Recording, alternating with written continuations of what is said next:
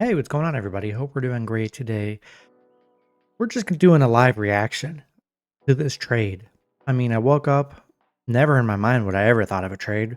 Woke up, do my normal morning routine, go on Bleacher Report. I just kind of check, see what games are on today before I start recording. And the first thing I see is Luka traded to the Lakers. And I'm like still half asleep pretty much. So like, I don't know what the heck is happening. Um, so yeah, I still am in shock because I mean, I don't even know where to begin.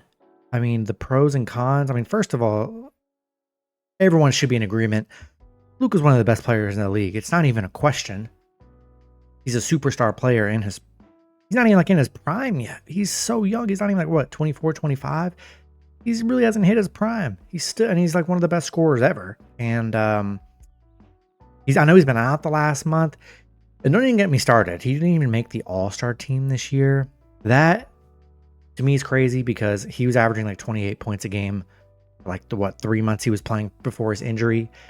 Kind of crazy that they're not gonna have him, and like Kyrie's not gonna make the All-Star team. Crazy. It's just absolutely crazy that they left one of the game's greatest out of the All-Star game. But that's another discussion.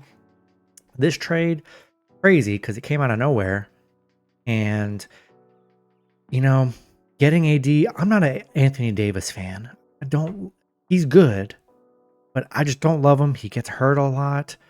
When he's on the floor, he's like Embiid. When he's on the floor, he's pretty dominant most of the time.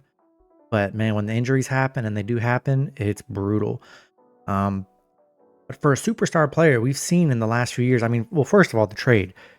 The Mavs got Anthony Davis, Max Christie, and 1 first-round pick. Max Christie probably doesn't even make the Mavs team. Maybe they release him. I don't know. No one cares about Max Christie. But then the Lakers, they only gave up crazy. They just gave up Luka, Maxi Kleber. I don't even know who else. Doesn't even matter. They mainly just got Luka and Maxi. And I know the Jazz were involved too. They just kind of, I don't know what the Jazz were even doing. But I guess facilitating the trade a bit. The fits, obviously the Lakers get Luka Doncic, which is crazy to even say. I know he's coming back from an injury right now. But when he's on the floor, him and LeBron, we're going to see how that works because the Lakers aren't going to have, I mean, Anthony Davis was their only defense. So I'm curious to see how it's going to happen. But obviously on the floor, no one's going to be able to stop him. Him and LeBron, I don't know. It'll be interesting. But for the Mavs, it's hard because I like the trade, but I don't like it for Luka, which is crazy. And you look at what happened anytime there's been a star, I just go back to when like the Thunder traded, or the Clippers traded for Paul George. Remember that? They got they gave up like 4, 5, 6 first-round picks.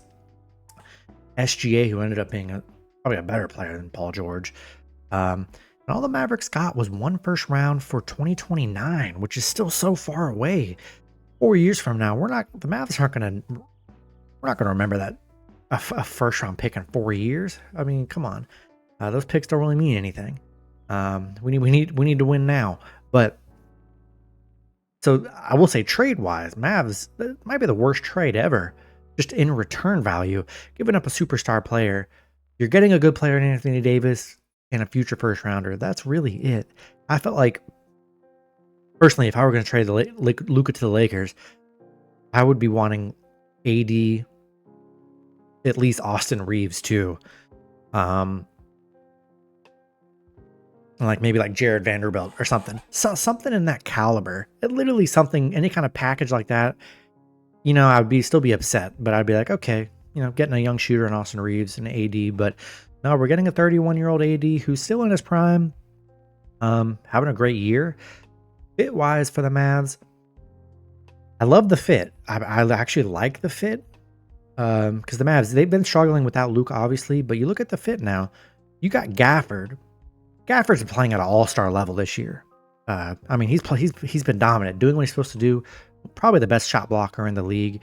He's dominant. Now you're bringing AD, another elite shot blocker. And I think now Mavs can run 2 bigs. They can go Gafford because I know Lively's out. You can go Gafford at 5 and AD at the 4 because he can stretch the 4 a little bit. We know AD can shoot. But I think now you can Mavs can run 2 bigs. They can go Gafford because I know Lively's out. You can go Gafford at 5 and AD at the 4 because he can stretch the 4 a little bit. We know AD can shoot. But 2 bigs, 2 But yeah, a lot more lobs. I think you got Kyrie. Like offensive wise, I think this is a good trade, but it's just insane to think about. But as long as everyone's healthy, Luka, Kyrie, Clay, PJ Washington. This is a defensive team now. I mean, PJ Washington's playing. I mean, gosh, he's like kind of barely in his prime too, and he's playing great. Got guys that can stretch the floor and shoot. Kyrie gonna drive to the basket. We got great pick and rollers and lob threats with AD and Gaffer. I think that's going to be the big benefit. And you got defensively, kind of got the twin towers with AD and Gafford. So I really like it defensively. But this is like the Mavs run. They got to be playing for a championship with a move like this. They're saying, hey, we needed that defensive minded guy on the team. And let's be real, Luka, liability on defense. We all know that. Most superstars that are putting up 30 plus points a game, they're not the best defenders. We all know that. But you got to build a team of defenders around them. I don't know how to feel. I mean, I never thought Luka would ever get traded, so I don't even know how to even think. I really thought the Mavs would have got way more because there's only a couple more years of AD, then he's probably retiring, you know. So yeah, the Mavs really got to make it count, and they got to. And crazy, the Mavs were in the finals last year. It's not like the Mavs are, you know, it hasn't been working with Luka. They made it to the finals. You know, and they lost to a great Boston team that really no one was beating last year. So, yeah, this one's tough. This one's tough. I like the fit. I think AD is going to be a good fit for the Mavs. It's just hard to process right now. AD straight up for Luka is kind of crazy. I felt like, even if this was the trade, I feel like just only one first round pick in AD and Max Christie's crazy. It should have at least got like at least 2 or 3 first round picks. And one in the next year or two, not in 2029. Like, yeah, setting up for the future, not great, I will say. For this year, maybe next year, yeah, because you got an aging Kyrie, you got Clay. They're all in their prime. Like, they're all, you know, they might got a year or two left. So this is really it for the Mavs. Like, they got to make a good run rest of the year and next year. Really, mainly this year. But yeah, this is just me ranting about it. A great trade for the Lakers. They got a superstar player because LeBron, who knows? It might be his last year. We don't know. But Luka, from the stuff I saw, the Mavs didn't want to give Luka another supermax. They were concerned about his conditioning and whatnot. So I don't know. But listen, no one on the planet can stop Luka. And if you have Luka on your team, you're gonna have a chance to win a championship at all times. And they were very close to winning one last year. This one's tough. I think it'll be a good fit for AD. It's going to seem weird.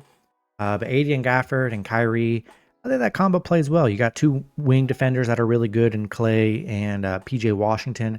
Obviously, Kyrie's still the best ball handler and, you know, driver in the league. It's not even a question. So it'll be interesting to see how they mesh. I think in the end it's going to help the Mavs because Mavs have played poorly this year. Even with Luka, they've played poorly. I think this might be a good move for the Mavs. It's just crazy. That's what I'll keep saying. It's crazy, but that's my reaction. I don't know. I think we should have gotten way more in return if we're going to get rid of Luka, especially more first round picks. Just one for a superstar. Like, give us a 2026, 27, 28. We need like 3 of them. So that way we can set ourselves up for the future. We just set the Lakers up for their future. We need to set up our future here. Some first round picks. Give us some trade assets. Maybe the Mavs aren't done. Maybe they're going to make some more moves. I think the Lakers are going to make some moves because they just lost their only big man. So I mean, they got to be making some moves out there besides Luka if they want to do anything. They're not going to win with just Luka and LeBron and Austin Reeves. They need a big man or they're going to get killed. So that's my reaction. Kind of crazy. In a few days, I'm going to probably love the trade, but obviously Luka's my favorite player, so I don't know how to feel. But that's my reaction, guys. Have a good day.